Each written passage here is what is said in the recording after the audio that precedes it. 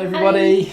Okay, today's video is about something that we saw recently in on the Daily Mail website, wasn't it? Yeah, it's I don't know if you know what the Daily Mail is. It's a popular English newspaper full of rubbish generally, but yeah, its real name is the Daily Fail. But never mind, it was this article in particular.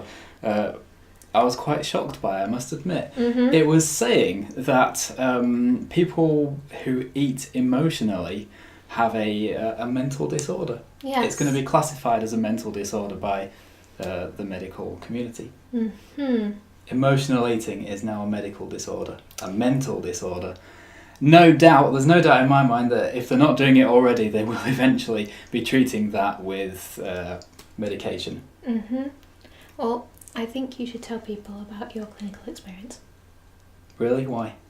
Because people need to know that you're not just some random guy on YouTube with a made-up name. Okay, fair enough. All right, yeah. Like Sam says, I'm not just some guy on YouTube with a made-up name. Yeah, I was actually in private practice, and it was my job to help people with mental disorders, disordered thinking, Mm-hmm. and quite a few of the people I used to help were people with eating disorders, anorexics, people with general obsessive-compulsive disorders, and people who felt that they were overeating and couldn't stop. Mm-hmm. They were some of the clients I used to see in my private practice. So yeah, I do have direct and quite broad experience of this. This is not just some random idiot spouting off stuff he doesn't know about. No. Basically. Mm-hmm. Okay.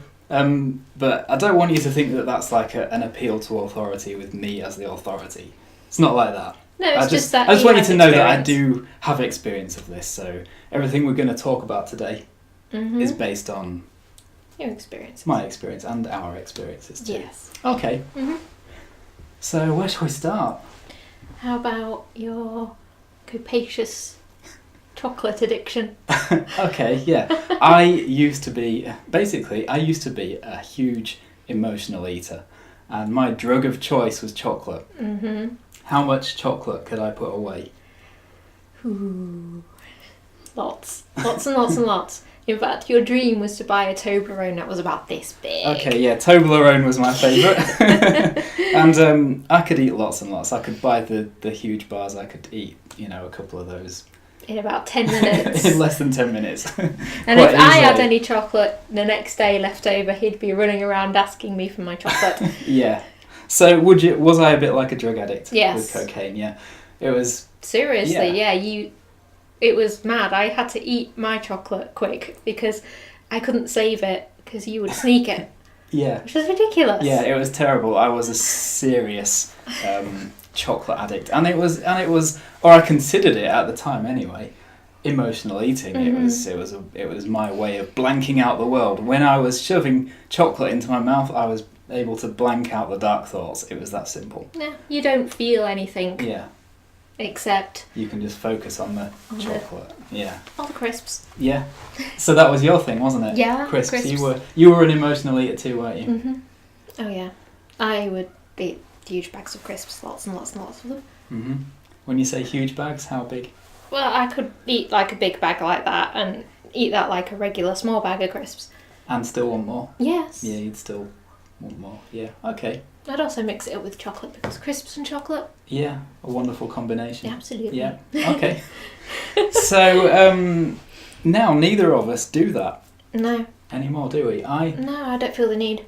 I mean, I went from someone who was practically like a drug addict around chocolate Mm-hmm. to someone who can quite easily say, no, I don't want it. No, thanks. Mm. I don't even feel tempted to eat it. It's not like I have to deny myself No.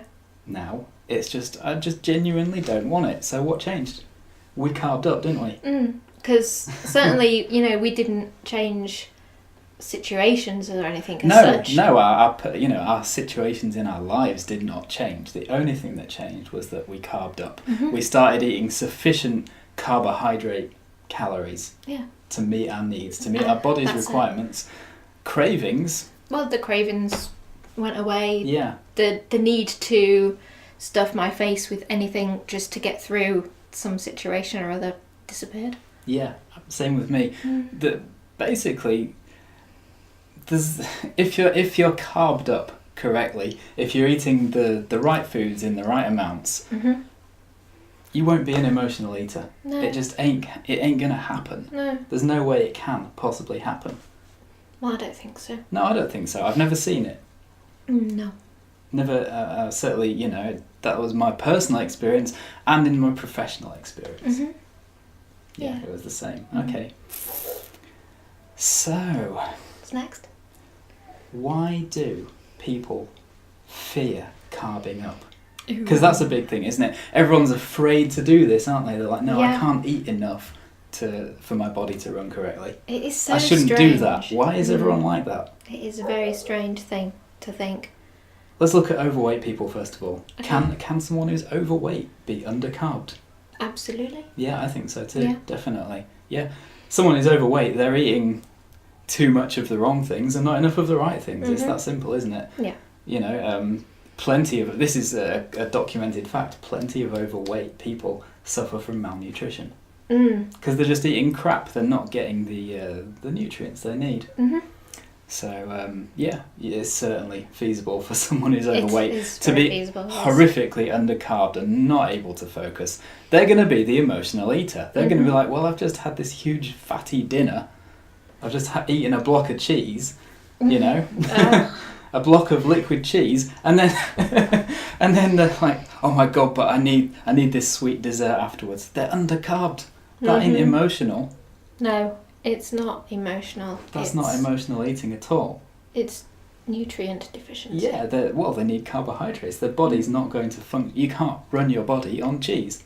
No. Basically, you know, that's what it boils down to, isn't it? Not without looking like some cheese. It ain't going to happen. Your body's not going to work. Your brain's not going to function correctly. No. You know, on the wrong your fuel. thinking is going to be all screwed. Yeah, it's the wrong fuel. What about people who are like really skinny? Because they fear carbing up too.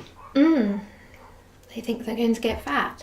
Yeah, I mean this is people. This sort of is going towards an anorexia mindset, really, isn't it? You get people and they're really skinny, then they start carbing up, and they put on a little they bit put of weight. on maybe 10 pounds or something. Yeah, and they absolutely freak out. They're like, oh my God, I put on 10 pounds. I'm covered in disgusting, revolting fat. My body's disgusting. Look at me. My thighs look like blancmange. My stomach's sticking out. It's disgusting. Yeah. That if you're using that kind of language, that is seriously disordered thinking. That's disordered thinking. So those kinds of people, they start out very skinny because they've come from a background of under-eating, a background of being undercarbed.